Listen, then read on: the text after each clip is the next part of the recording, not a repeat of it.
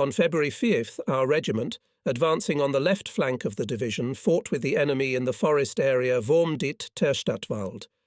Against us acted only up to 2,500 Hitlerites, but it was not easy for the regiment, exsanguinated in the previous battles, to cope with these forces, moreover relying on the pillboxes, the network of which was spread along the glades and clearings.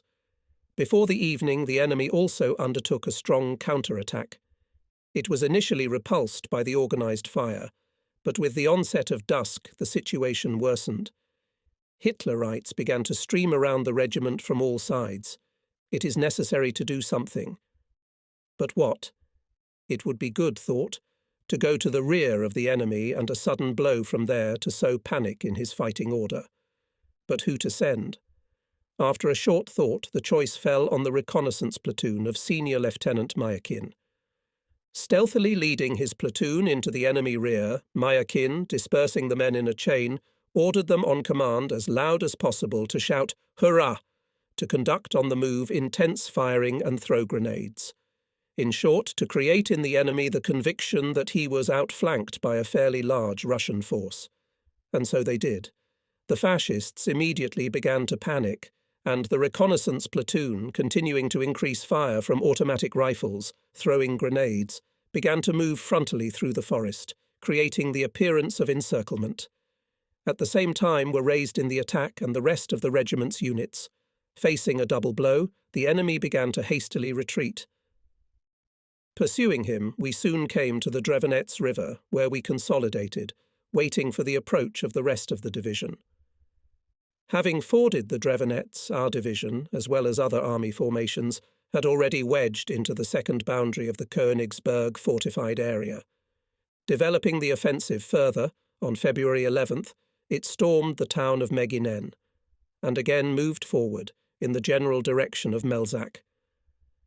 The enemy units from the 19th Mechanized and 14th Infantry Divisions stubbornly defended this city. The brick factory with its massive buildings became the scene of particularly fierce fighting. It was located on the outskirts of the city.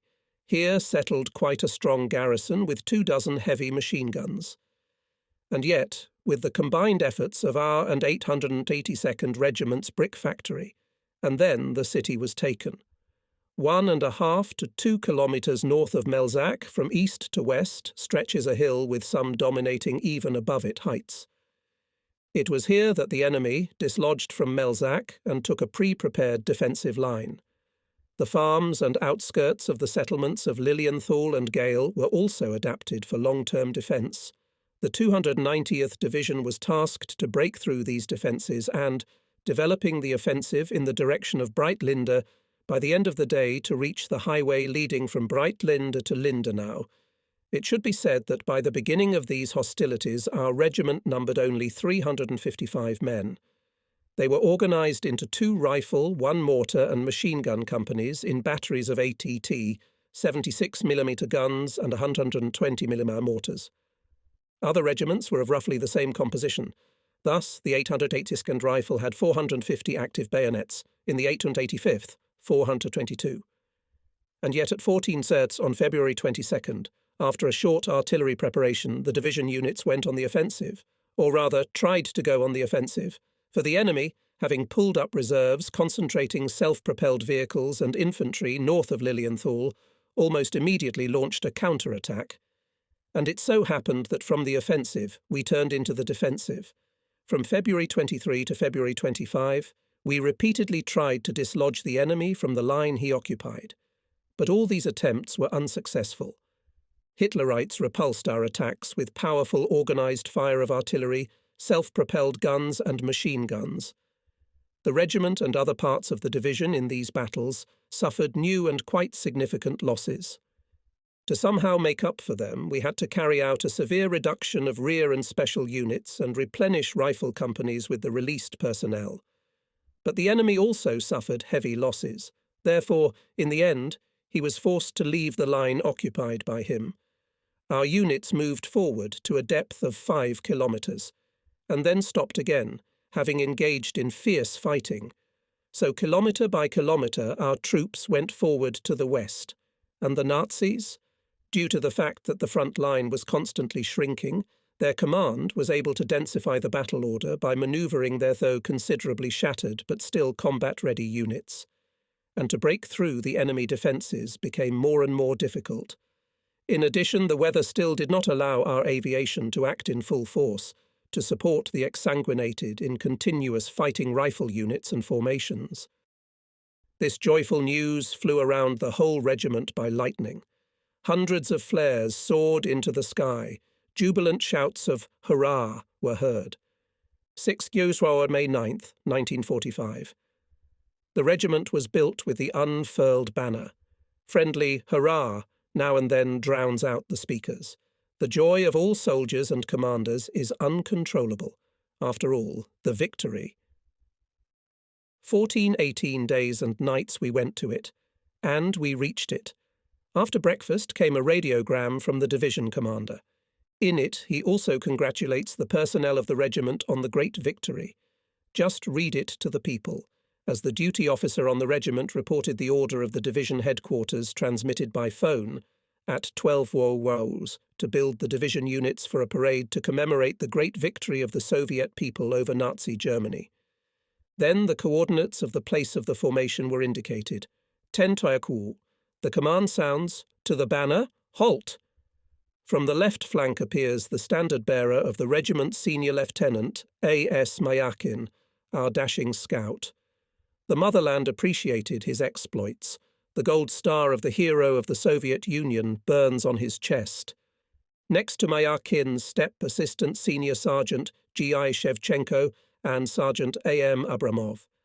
They are from the reconnaissance platoon, on the chest also ringing numerous orders and medals. Froze formation. Faces of soldiers and commanders turned to the battle banner of the regiment, to the banner which we carried through all the trials, from the walls of Moscow to the shores of Elbe, until victory. The division is built in the letter P, in the order of numbering of parts. On the right flank, our 878th Rifle Regiment, in the middle, 882nd, then 885th Rifle Regiment. The battle banners of the units are fluttering in the wind, on which the orders are also shining in the bright sunlight. Under the rolling hurrah and the sounds of the counter-march Colonel N.R. Vyaznikovtsev drives around the regiments and greets them. Then the commander's car stops at a makeshift podium. Climbing on it, the colonel excitedly talks about the combat path of the division, the heroic feats of its soldiers and commanders. He ends his speech with congratulations on victory. After the commander spoke representatives of the units.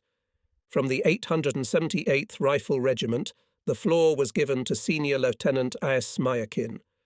Before closing the meeting, the head of the political department of the division, Colonel I.M. Polyakov, proposed a minute of silence to honour the memory of the soldiers who died a brave death in the battles for freedom and independence of our homeland. Then said a greeting in honour of the Communist Party of the Soviet Union, which led us to victory in the Great Patriotic War, in honour of the Soviet people and its valiant Red Army. The meeting is over. The orchestra plays Internationale. The salutes of the gun salute rumbled, the hurrah sounded for a long time. Then a large table covered with red cloth was placed in front of the tribune. On it laid out a lot of boxes. Chief of Staff of the division, Lieutenant Colonel P.K. Kuzmin, read orders to award orders and medals to soldiers and commanders who distinguished themselves in recent battles. Twice I was called to the table. I was awarded the Order of the Patriotic War of the First Degree for the capture of the Prussian city of Braunsberg and for the regiment's access to Friedrichshafen Bay. The Order of the Red Banner was awarded to me for participation in the defeat of the encircled Frankfurt-Guben of Nazi troops south of Berlin. May 18th, in the city of Berg, held a meeting of generals and officers of our Third Army with representatives of the 9th American Army. I was invited to the meeting, among others, organized the reception of American guests our commander, Colonel General A.V. Gorbatov, and a few days earlier, a delegation from the troops of the Third Army visited the 102nd American Infantry Division at the invitation of its commander, Major General Kitinda. That reception was held in one of the ancient castles of the city, amidst a large green park. The friendly, I would even say, benevolent attitude of the Americans toward us, Soviet officers, was immediately striking. I am describing this meeting and my impression of it because just a year and a half later, when I had to serve as commander of the regiment guarding the southern sector of Berlin, this attitude became absolutely opposite, if not hostile. And it was explained quite simply. It was all about the policy, which the US government began to pursue in relation to the USSR. But then, in May 1945, at the meeting in Berg, everything was still different. The victorious soldiers, baptized by the fire of battles against the common enemy, German fascism, met. The official part consisted of exchanges of greetings of our commander and the American general. Then our generals and officers were presented with American orders and medals. Among the awardees was myself. The third counterattack, again at the junction with the 885th Regiment, began at dusk. Now, supported by tanks, a full-blooded infantry battalion of the enemy was coming at us. And it is not known how it would have ended if our 2nd Battalion had not arrived in time. And although its personnel was dead tired, the battalion was immediately deployed to fight on the right of the 1st. And it turned out that the regiment not only repelled this, the third counter-attack of the fascists, but also went to pursue the retreating enemy. With a move captured his 2nd trench, began to push the fascists further. They chased the Nazis all night, and at noon on January 20th, having successfully forced the river Ositz near the town of Janovo, we entered directly into the territory of East Prussia. In East Prussia, our troops met empty settlements. Their inhabitants were partially evacuated, or even entire families were hiding in the forests, frightened by Goebbels' propaganda about the atrocities of the Russians. The cattle, pigs, sheep, poultry, closed-in farms, abandoned to their fate, raged with hunger and thirst. It was especially intolerable to hear the pitiful mooing of cows that had not been milked for several days. But there were settlements where the silence was sepulchral. Here even the cattle were all killed by their owners, as long as it did not go to the Russians, and on some farms our troops resisted. So, when approaching the 1st Company to one of them, standing by the road, it was fired from machine guns and automatic weapons. As it turned out, a group of renegade fascists from the local population, armed with 2 machine guns, Faust patrons, automatic rifles and grenades, were huddled in the attic of a 2-story brick building and at the water pump. It took the 1st Company, reinforced by a platoon of 45mm anti-tank guns, more than an hour to eliminate this pockets of resistance. In the evening, the regiment battalion by battalion deployed in 2 settlements, occupying a circular defence, put up a watchguard, organised duty at the machine guns and guns. For 4 days of continuous fighting, the personnel of the regiment was very tired, needed a good rest. We gave people such an opportunity, while strictly controlling the service of duty units and watchguard. For this purpose, in each battalion were sent representatives of the headquarters, political workers of the regiment. In the 2nd Battalion, for example, we sent the regiment's Komsomol leader, Senior Lieutenant N.A. Piatnitsky. Here he held a short Komsomol meeting at which the Komsomol members summarized the results of the battles, discussed the tasks that were to be solved directly on the enemy territory. By the way, on the eve of entry into East Prussia, Senior Lieutenant Piatnitsky, letter carrier, handed a curious letter. And now, speaking at the meeting, he said, "I want to read to you, comrades, a letter from a Soviet girl, a former partisan, and now living in the city of Saratov. This is what she writes. Hello, dear fighter. A great misfortune has befallen me. In the battle with the German fascist invaders, my dear brother died a hero's death. I know that he burned with sacred hatred for the vile enemy, so he fought without sparing his life. The government awarded him 3 battle orders. My brother was a very cheerful, energetic man, liked to sing cheerful songs. And now he is gone. I myself personally do not have the opportunity to avenge the death of my beloved brother with a weapon in my hands. So I ask you, dear fighter, to avenge the damned fascists for his untimely death, and I will help you to beat the enemy with self-sacrificing Stakhanov labour. With greetings, Nadia Zolotavina. Further, said the regiment's comsorg, there is an inscription in the letter. I ask you to hand this letter to the bravest soldier. Who are we going to hand this letter to? There was a moment's silence, and then there were friendly voices. Sergeant Gorenkov! The sergeant took the letter from the hands of Senior Lieutenant Pyatnitsky and excitedly said, I swear to you, dear girl, that I will fight the enemy mercilessly. And another thing. Although your beloved brother died, he will still enter Berlin with us. He will be our memory of him. Looking ahead, I want to say that this oath Sergeant Gorenkov fulfilled with honour. Here is one of the episodes confirming it.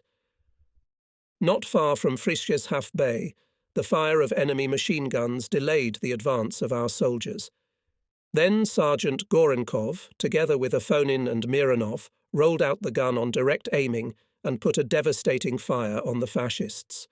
With the first shots, they destroyed 2 machine guns of the enemy, together with their calculations.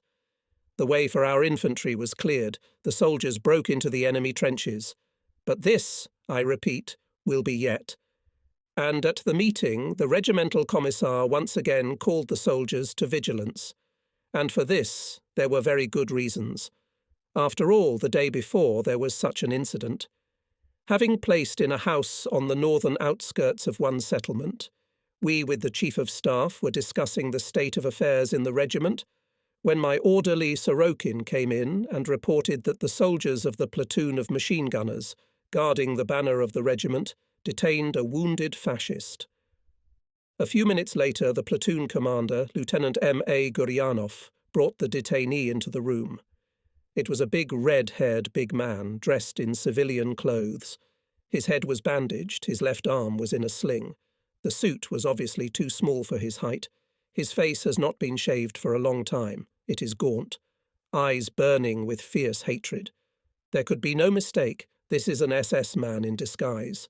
Meanwhile, Lieutenant Guryanov reported that this subject was approaching our house from the rear. He had 2 hand grenades and a machine gun, and if he hadn't been spotted in time— Yes, the fascists are still fanatics. After a night's rest, the regiment continued to pursue the retreating enemy. Ahead, just a few kilometres, a small town of Jedwabno. Battalions on the march for a long time, people are tired, but it is still necessary to pass these kilometres. To the right of the route, 2 kilometres away, stretches a ridge of heights. Behind this ridge, as we know, goes the 882nd Rifle Regiment. Still, the heights worry us, there may be ambushes there. So I sent a group of scouts to them.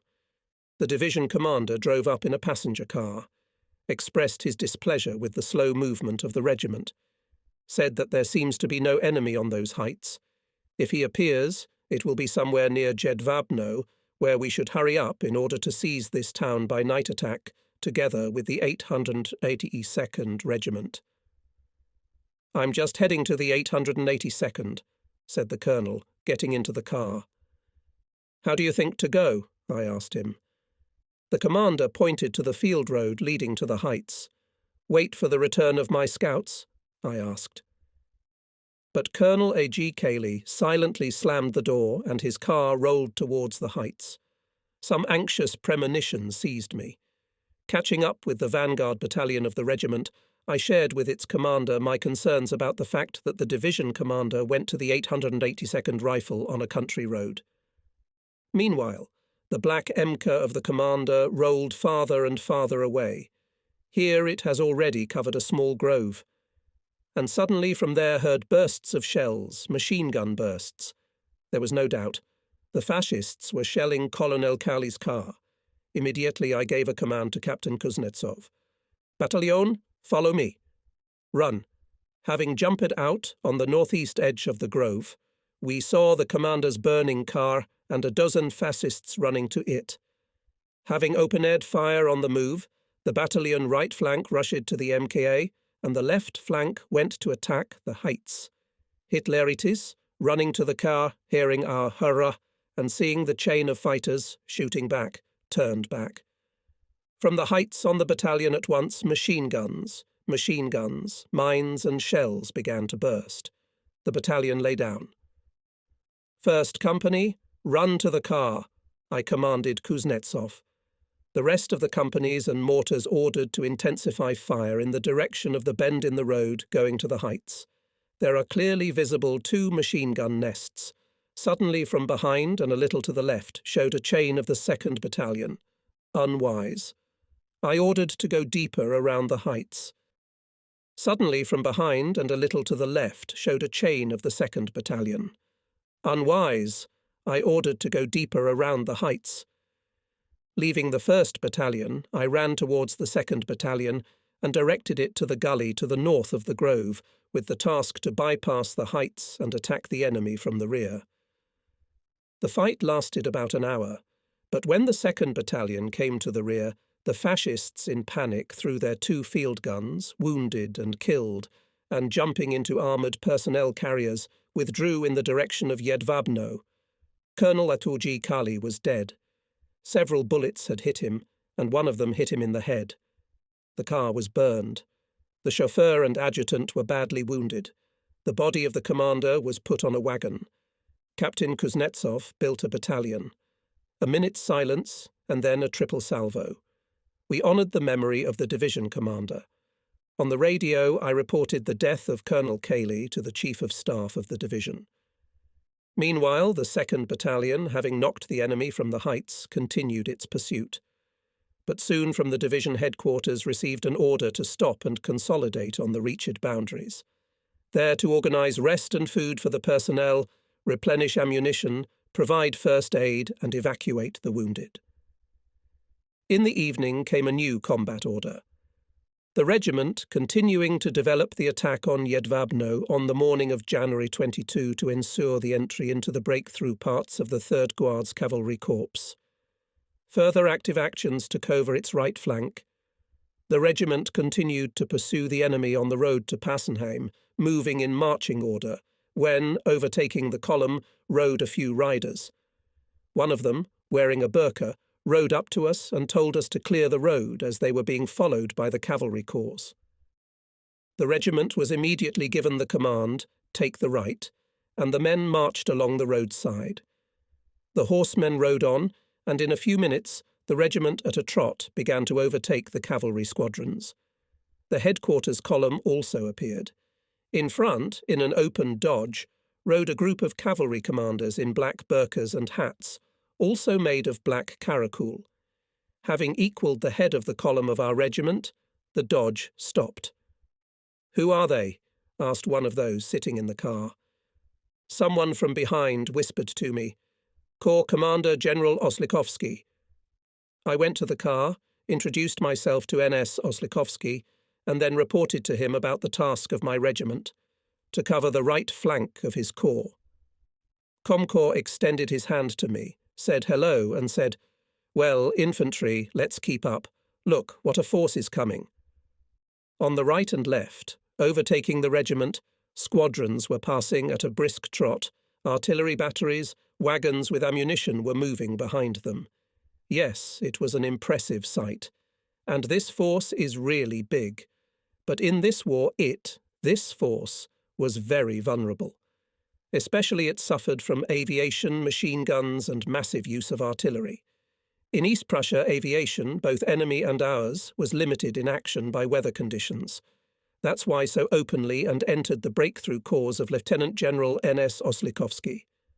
Saying goodbye to me, Comcorps said that to cover his right flank, he also allocated one regiment and that we and his commander need to keep in closer touch. Passing the column of staff cars, I caught up with my lead battalion and ordered Captain Kuznetsov to accelerate the pace of movement. To which he replied, "Comrade Lieutenant Colonel, what if we put the personnel of the battalion on wagons? We have a lot of them, trophy ones, and there are enough horses. Well, the commander has a good idea. Literally in an hour, all 3 battalions of the regiment were already making an accelerated march, almost keeping up with the cavalrymen.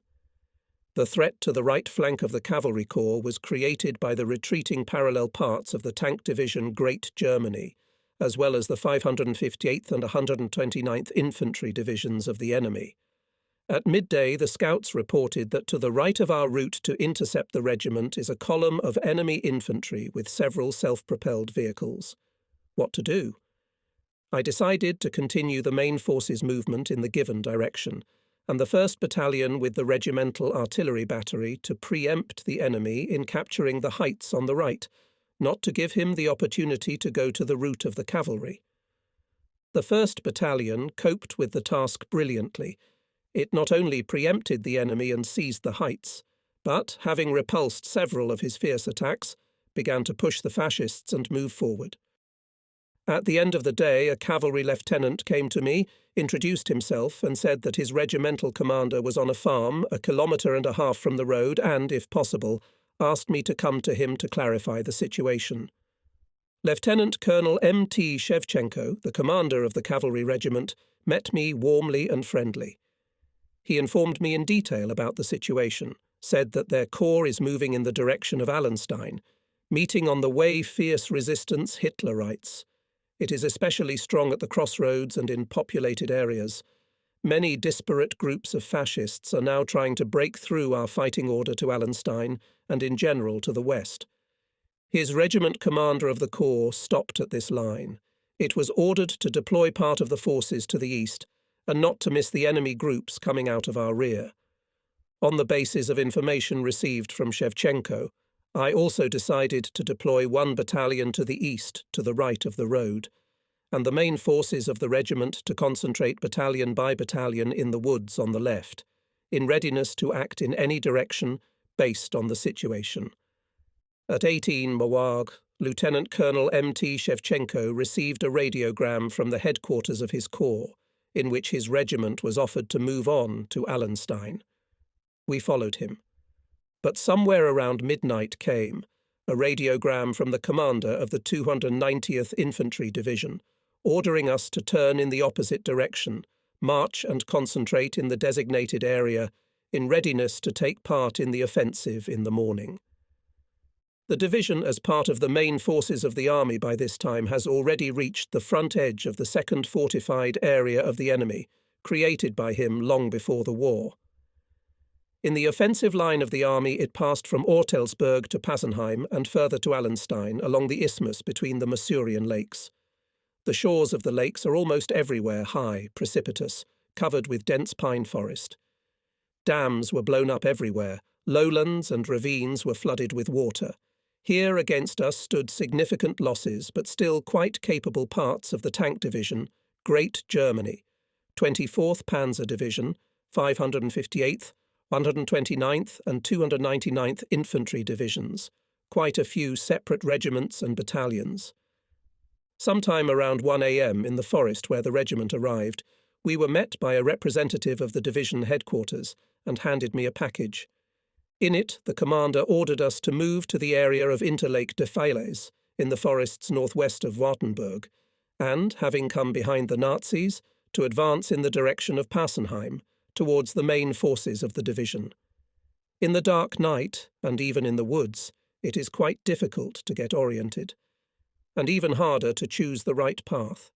Therefore, I asked the representative of the division headquarters whether he was ordered to lead our regiment to the specified area. He answered in the negative. He explained that he was ordered only to meet the regiment, hand the package to the commander, and himself immediately return back. We parted with the representative at a fork in the road, but which of them to lead the regiment on? We stood pondering. Some sixth sense suggested the one that goes to the left. We moved. And now, after the war, my front friends often ask me at meetings what helped me to choose the left road, and thus to fulfill the task. What to answer them? To refer to a sixth sense? Yes, everything happened in the war. We passed about 8 to 10 kilometers through the forest. It was already beginning to get light. The scouts came back and reported that ahead and a little to the right they came across the firing positions of the enemy battery. The gun crews were warming themselves by the fires.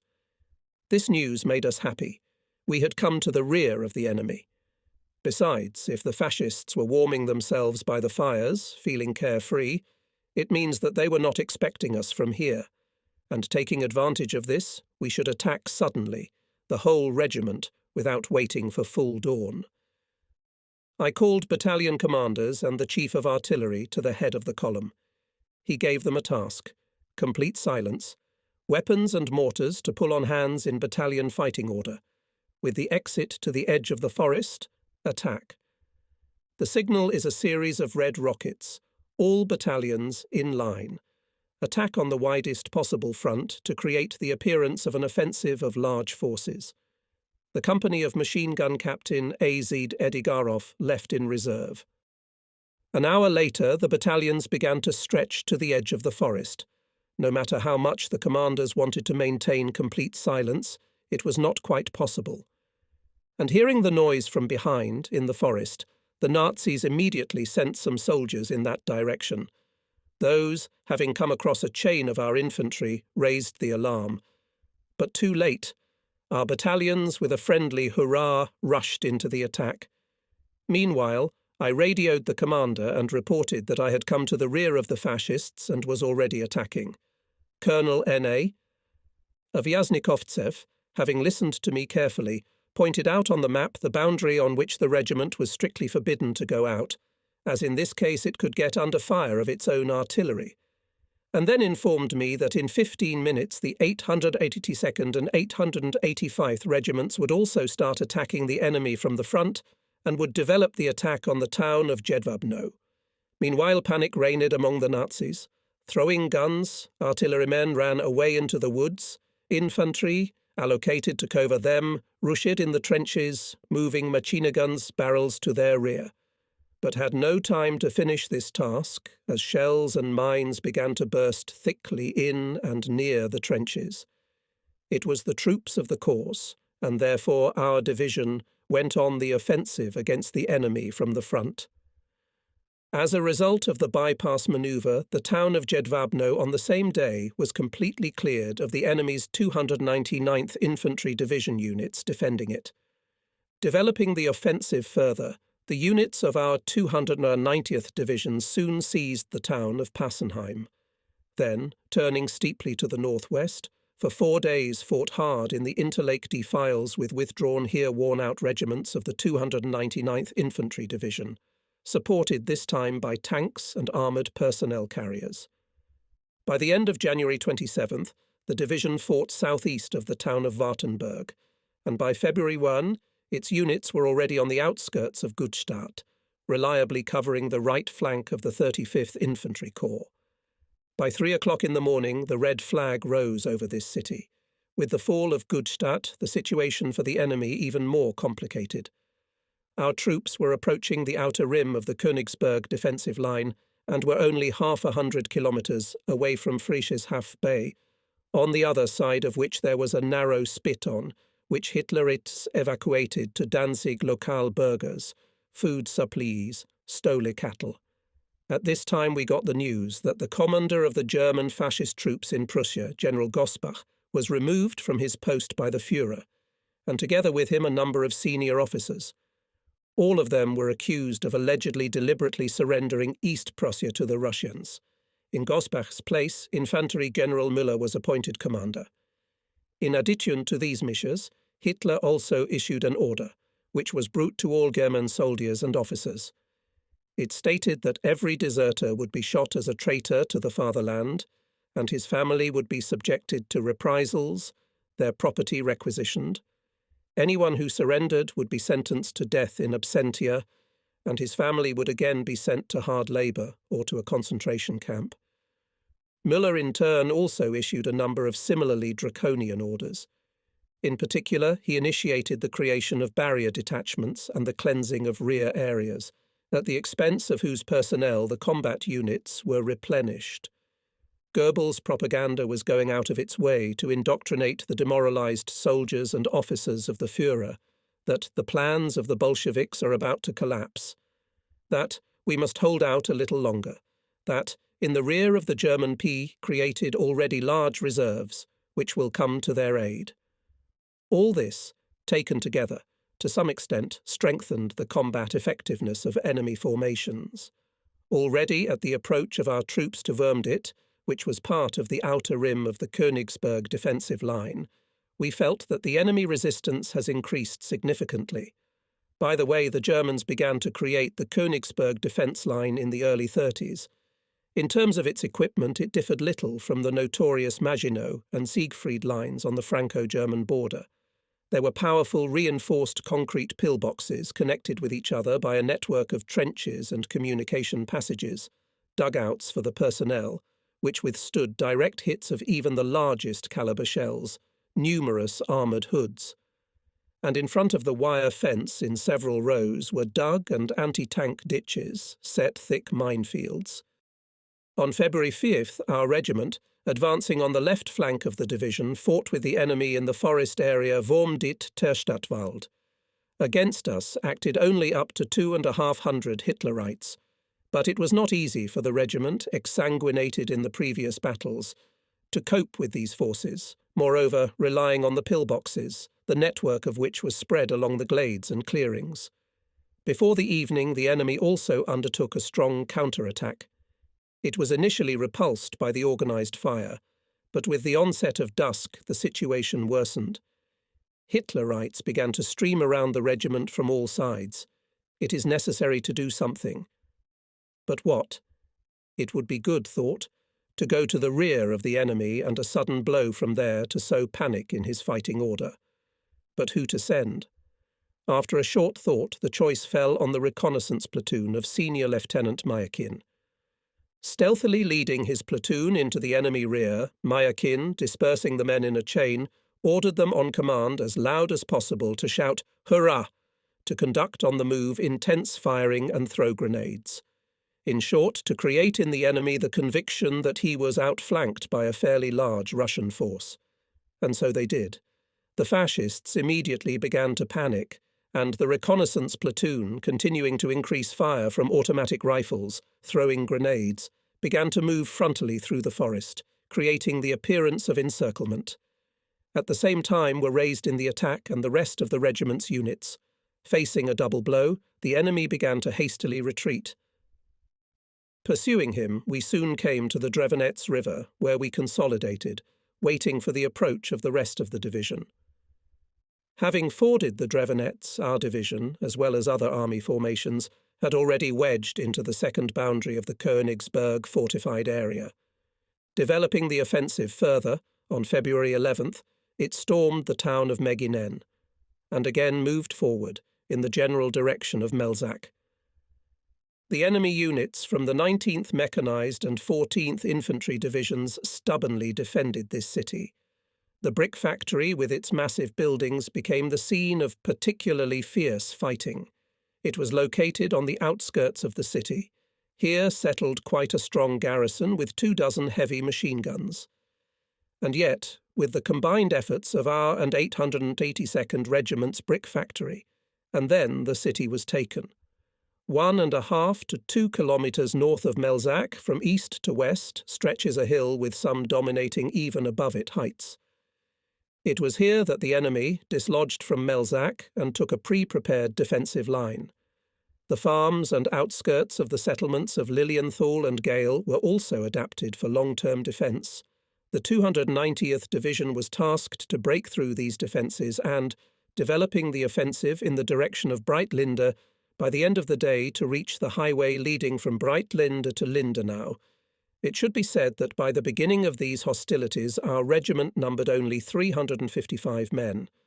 They were organised into 2 rifle, 1 mortar and machine gun companies in batteries of ATT, 76mm guns and 120mm mortars. Other regiments were of roughly the same composition. Thus, the 882nd Rifle had 450 active bayonets, in the 885th, 422. And yet at 14 Serts on February 22nd, after a short artillery preparation, the division units went on the offensive, or rather tried to go on the offensive, for the enemy, having pulled up reserves concentrating self-propelled vehicles and infantry north of Lilienthal, almost immediately launched a counter-attack. And it so happened that from the offensive we turned into the defensive. From February 23 to February 25, we repeatedly tried to dislodge the enemy from the line he occupied. But all these attempts were unsuccessful. Hitlerites repulsed our attacks with powerful organised fire of artillery, self-propelled guns and machine guns. The regiment and other parts of the division in these battles suffered new and quite significant losses. To somehow make up for them, we had to carry out a severe reduction of rear and special units and replenish rifle companies with the released personnel. But the enemy also suffered heavy losses. Therefore, in the end, he was forced to leave the line occupied by him. Our units moved forward to a depth of 5 kilometres, and then stopped again, having engaged in fierce fighting. So kilometre by kilometre our troops went forward to the west, and the Nazis, due to the fact that the front line was constantly shrinking, their command was able to densify the battle order by manoeuvring their though considerably shattered but still combat-ready units. And to break through the enemy defences became more and more difficult. In addition, the weather still did not allow our aviation to act in full force, to support the exsanguinated in continuous fighting rifle units and formations. Here was severely wounded commander of the combined battalion Captain A.M. Larin. Instead of him in command of this unit took Captain M.M. Zagainov, head of intelligence of the regiment. In the area of the settlement of Deutsch Banau, the Nazis had built a wharf, used by them for evacuation of troops and military equipment. It was there, to the wharf, and had to break into Zagainov's battalion. First, under the cover of darkness to the pier penetrated the platoon reconnaissance platoon of Senior Lieutenant Mayakin.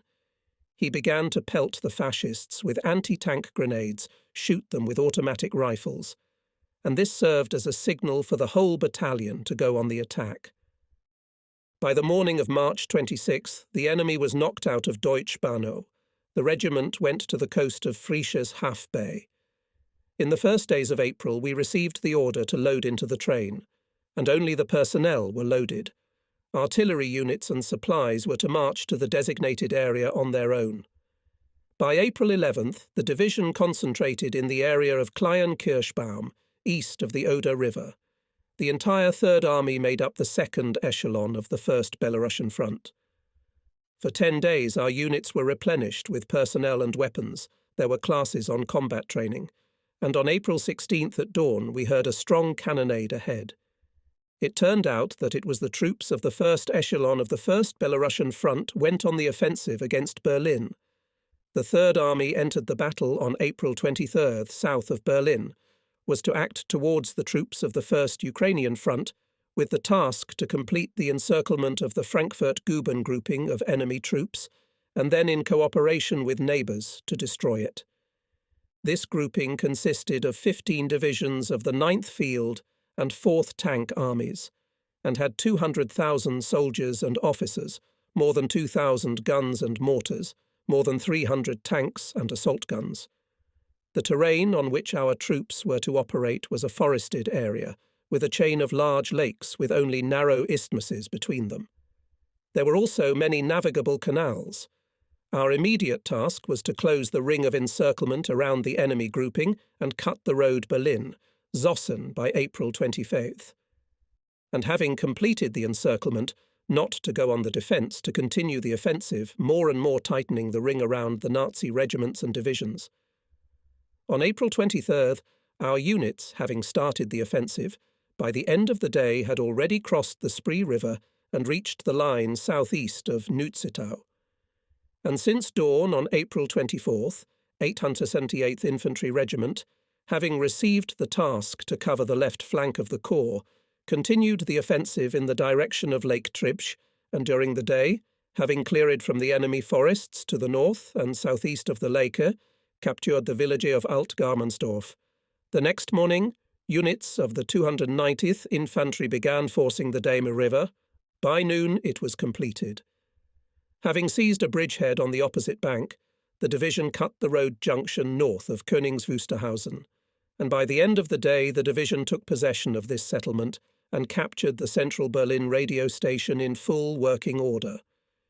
On April 26th, at the boundary of the towns of Tofin and Grasbechten, as well as the forest on the western shore of Lake Gulden Sea, we had to fight hard with units of the 5th Panzer Division, the 169th Infantry Division, and the 501th Signal Regiment of the 9th Army of the Nazis. On the morning of April 27th, the division was ordered to advance to the southwestern outskirts of Wendisch-Buchholz. It organised its combat order as follows. Our 878th Rifle Regiment was on the right, and our 885th Regiment on the left. The 882nd Regiment was in the second echelon. As a result of a persistent daytime battle, we captured Gross-Keris and our left neighbour, Klein-Keris. On April 28th, our regiment, as part of the division, continued the offensive, meeting ever-increasing enemy resistance. A particularly fierce battle broke out in the evening when we approached the village of Lepten. It was surrounded on three sides by a forest, the most suitable place for the enemy to organise any trickery for us. That's why we went to the village with all precautions. But sent forward scouts soon reported that the village was empty, only along the clearing. From the south, the mechanised column of the enemy is moving to it. In the head, up to a dozen tanks, and behind them, armoured personnel carriers. It was necessary to capture Lepten as quickly as possible and organise on its southern outskirts of the defence. The 1st Battalion, under the command of Captres Bibicha, quickly moved to the planned outskirts of the village and met with fire the head of the enemy column, already stretching to the edge of the forest.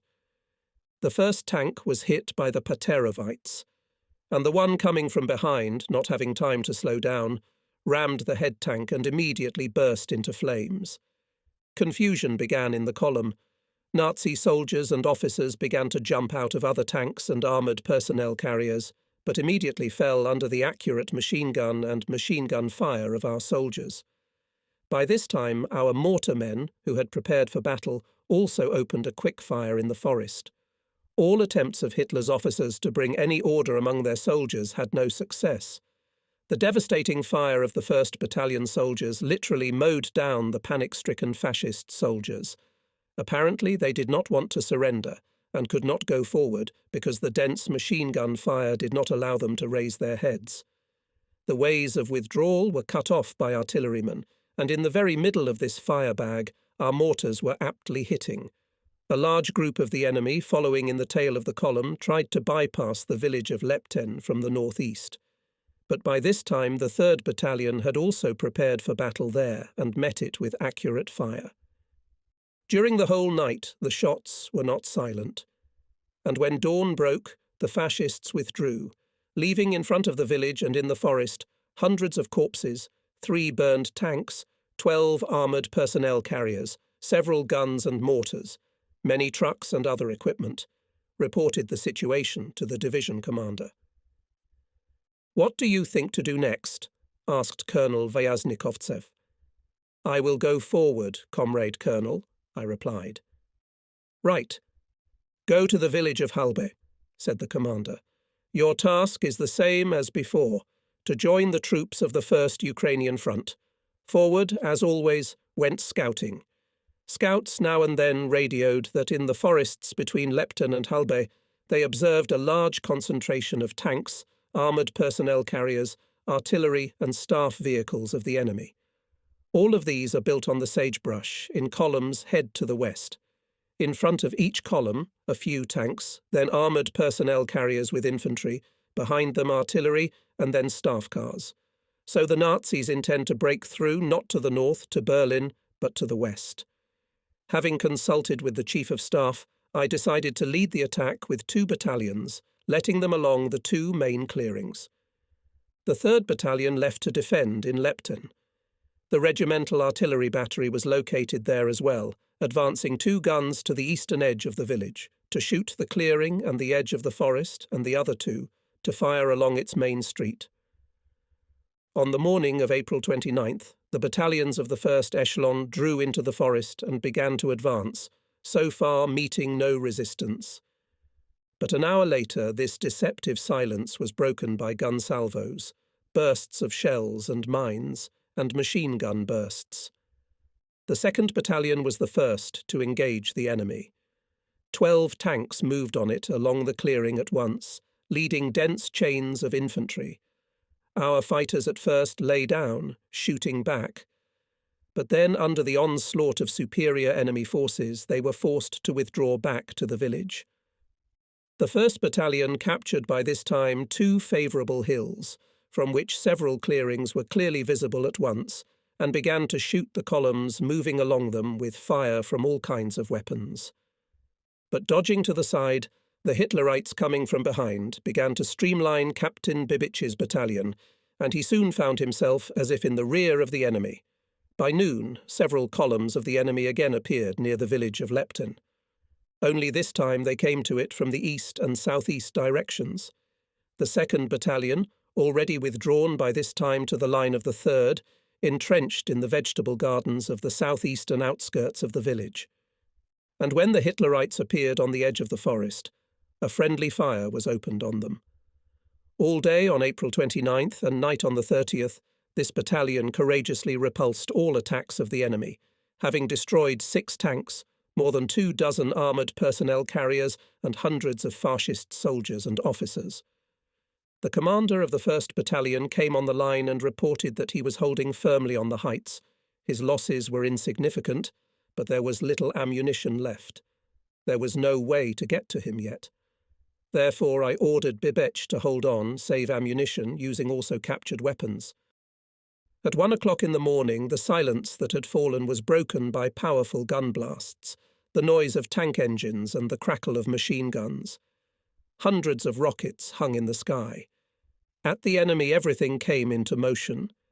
The command of the 9th Hitler's army made a last attempt to break through to the west, towards the army of General Wenck, which was striving for Berlin, on which Hitler so hoped. The battle lasted about 2 hours. We repulsed all enemy attacks, inflicting heavy damage on the enemy. With dawn, the firing on our section subsided. But on the right, in the direction of the town of Teupitz, which is near the Berlin-Dresden highway, the cannonade continued for a long time. As it turned out, a large column of the enemy, numbering more than 3,000 men, broke through there at the junction of 2 neighbouring divisions. But it was soon liquidated. So by the morning of April 30th, surrounded 200,000 Frankfurt-Guben grouping of Hitler's troops ceased to exist. Only I gave orders to the commanders of the 2nd and 3rd battalions to continue moving forward, as I was called to the phone division commander. Said that he would soon be at my place, and not alone. Indeed, an hour and a half later, on the eastern outskirts of Leptena, came the commander of the 3rd Army, Colonel General A.V. Gorbatov, a member of the Military Council of the Army, Lieutenant General I.P. Konov, the commander of the 35th Rifle Corps, Lieutenant General N.A. Nikitin, our commander Colonel N.A. Vyaznikovtsev, and head of the political department of the division, Colonel I.M. Polyakov. I reported to the commander about how we repelled enemy attacks, and then offered to inspect the battlefield. Alexander Vasilievich replied that he had already seen when he passed how bravely fought the soldiers of the regiment, and especially the artillerymen. Indeed, the subordinates of Captain Chervontsev in this battle distinguished themselves. 4 tanks hit, about 100 corpses of Hitlerites lay in front of the firing positions of their battery. I saw in the middle of the village, the commander said in the meantime, a Nazi tank hit. He stood literally 5 meters from the gun, which was also broken by a direct hit of a shell. So both our and the Nazi gunner fired at the same time. But I was struck by another thing, how much stamina and courage it took for the gunner to let the Nazi tank get close to him and fire a shell into him for sure. I knew who the Colonel General was talking about. It was about Sergeant Rashchopkin's squad, who shot down 2 tanks that day. The last of them came close to the gun. Shots rang out simultaneously both from the enemy tank and from this gun. The crew of the TIV, which caught fire, was destroyed by another neighbouring Sergeant Eramin's crew. The commander and his entourage soon left the regiment. They, it turns out, decided to go around all the units and formations of the army, and our battalions, meeting almost no resistance, began to move through the forest towards the village of Halbe. The closer we moved towards it, the more clearly we heard the rumble of guns. It was the troops of the 1st Ukrainian Front advancing towards us. By noon on April 30th, in the village of Halbe, we met the troops of General V.Y. Kolpacha, which were part of the 1st Ukrainian Front. And 2 days later we learnt about the capture of the Reichstag, the hoisting of the victory banner on it, as well as the fact that the demon-possessed Führer had committed suicide. By the end of the day, on May 1st, we received the order to march and concentrate in one of the areas of the northern outskirts of Berlin. The march was made in the daytime. By the evening of May 2nd, the regiment as part of the division made a stop for an overnight rest in Lichtenrede, which is on the southeastern outskirts of Berlin. This area, especially the adjoining cottage villages, was the least affected by the fierce fighting in the city. But at the same time, many Berliners flocked here. They were mostly old people, women and children. Therefore, we were ordered to place the personnel, if possible, in vacant or sparsely populated houses and cottages. A 2-story villa was chosen for the regimental headquarters, standing at the back of a small but very beautiful garden. When we drove up to it, the regimental engineer, Major P.S. Grishchenko, reported that the house and the garden area were checked. No mines were found. There were no owners in the villa. We went into the house. It was a richly furnished mansion. The eye was immediately drawn to the vast study, all filled with cabinets with books. On the desk there was a pile of papers and a massive marble inkstand. Around the desk were upholstered armchairs covered with yellow leather. Passing through the spacious hall, we stepped out onto the veranda. It led out into the garden, where the trees were already in full bloom. Turning to go back indoors, I instinctively peered behind the massive doors. Behind it, trembling with fear, stood a tall grey-haired man in his 60s, a middle-aged woman, and between them a young blonde girl. They were so frightened that they could not speak at once. We politely invited them into the room. Seeing such a favourable attitude to them, our captives gradually came to their senses and began to answer questions. The owner of the villa turned out to be a professor of mathematics at the University of Berlin, and with him were his wife and daughter. At the end of our conversation, we suggested that the owners stay with us or spend the night at the neighbours', and when we left, they could return to their home. We explained that Soviet fighters and commanders should not be feared, that they were not fascists and would not hurt anyone. The professor and his wife decided to spend the night upstairs in their daughter's room. Their fear had completely dissipated. On the morning of May 3rd, the commander summoned the commanders of the units and announced that the division was ordered to forced march to the Elbe River. An hour later, the regiments were on their way. On the outskirts of Brandenburg, we were resisted. We entered into battle with the rear guard units of the enemy, covering the withdrawal of Nazi troops to the Elbe. They were in a hurry to reach the river to surrender there to the Americans. The enemy defence was in the forest, consisted of separate pockets of resistance, covering mainly the nodes of roads leading to the west. Our regiment already had experience in forest fighting, so the battalions quite easily knocked down the enemy rear guard and continued along the specified routes. Up to the Elbe remained a little more than 30 kilometres. On the line of headquarters, we were informed that the American troops are on its west bank. Apparently, the fascists knew about the fact that the Americans came to the Elbe, because they hurried there in groups and alone. Many of them changed into civilian clothes, sneaked to the Elbe through the forests at night, and during the day they hid in the attics of houses in haylofts. Those who fled in groups and in military uniforms, if it was impossible to avoid collision with our units, tried to fight their way through. And here it is, the Elbe, in front of us. Wide, fast. Everywhere, wherever you look, from the Iller Canal to the eastern bank, The river floodplain is covered with damaged, burnt and simply abandoned enemy equipment. It's a mad and senseless jumble. And through this fantastic dump, hundreds of former soldiers and officers of the Führer are making their way to the water's edge in groups and alone. They hurry to cross to the other side of the river on barges, boats, and some of them simply swim, grabbing the first log or snag. Faster, faster to the other side, faster to surrender to the Americans, but not to the Russians.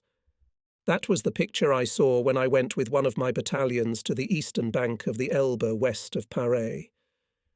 The Allies, having noticed the Soviet fighters pursuing the fleeing Nazis, salute from the western bank in our honour. But they do not forget those whom we are pursuing. They give hands to those who swim to the western shore, help them to get on land, and take them somewhere quickly.